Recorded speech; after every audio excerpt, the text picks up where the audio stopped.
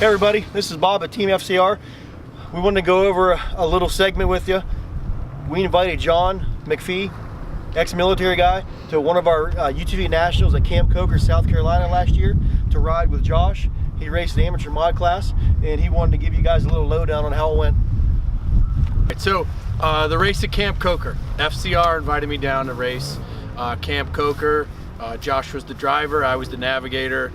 Honestly, I didn't know anything about UTVs. You know, I knew what they were, but I didn't definitely know about racing.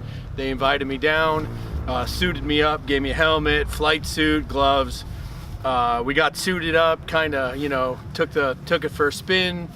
Josh kind of briefed me on kind of my duties as a navigator, you know, which is just steer them always to the fastest part of the course. Yep. So when, you know, we're talking about hand and arm signals, you know, or whatever, right? So we get the truck warmed up, we get out to the track, we start the track, and literally, like, I had no idea these things were gonna be as fast as they were. And not only did I know they were gonna be as fast as they were, but we're doing like 50 miles an hour through the woods, like in between trees. There's people stopped in front of us, we're blazing our own trail.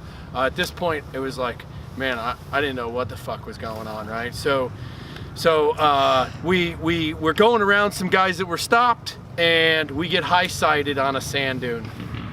So I jump out. My duty as the navigator, jump out and get us pushed off the sand dune, right? And I can't get us pushed off the sand dune. We're literally lodged. Josh jumps out. He tries to help me. We're both trying to push the vehicle off the sand dune, and we can't get it. So he jumps in, still, you know, high-sided on the sand dune. He jumps back in, we're still high-sided, and then by this time, like, I am so just pissed that we're just barely high-sided on this thing, yep. And we can't get the UTV off. So what I did is I just thought to myself, fuck it, I got this, right? I can deadlift this thing. So I literally picked the back of the vehicle up and shoved it off the sand, right? We got unwedged, I jumped back in. By the time I jumped back in, I was completely spent. Like, I couldn't even hold my head up. And then, at this point in the race, I had no idea, what the race was even about, because we've only gone like maybe a quarter mile through the woods.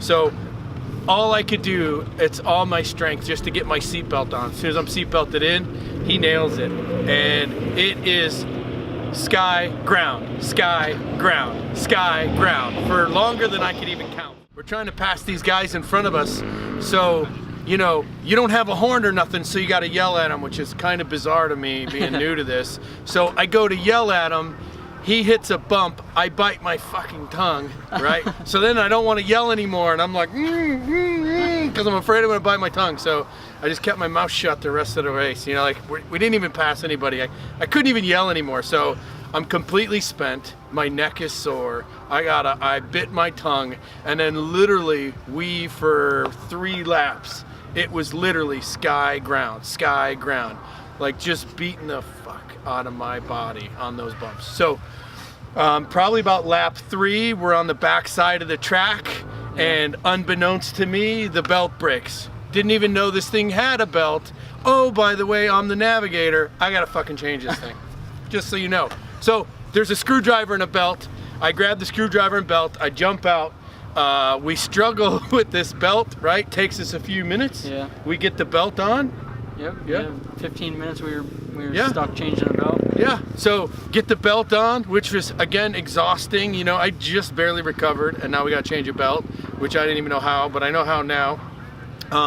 So we change the belt, we get back on the track, and we're starting to really gain a lot of ground on the competition, and I think we just keep coming up, and I think at this time we're probably heading for 3rd or 4th place, maybe better. Yeah. We're on the last lap, back side of the track, drove the wheel off, front wheel comes off. Yep, front ball joint broke, and we couldn't finish the race because the whole right side of it was hanging off, and we were probably, what, half mile from the finish? Like, you could see the finish line, but we ain't getting there with the vehicle.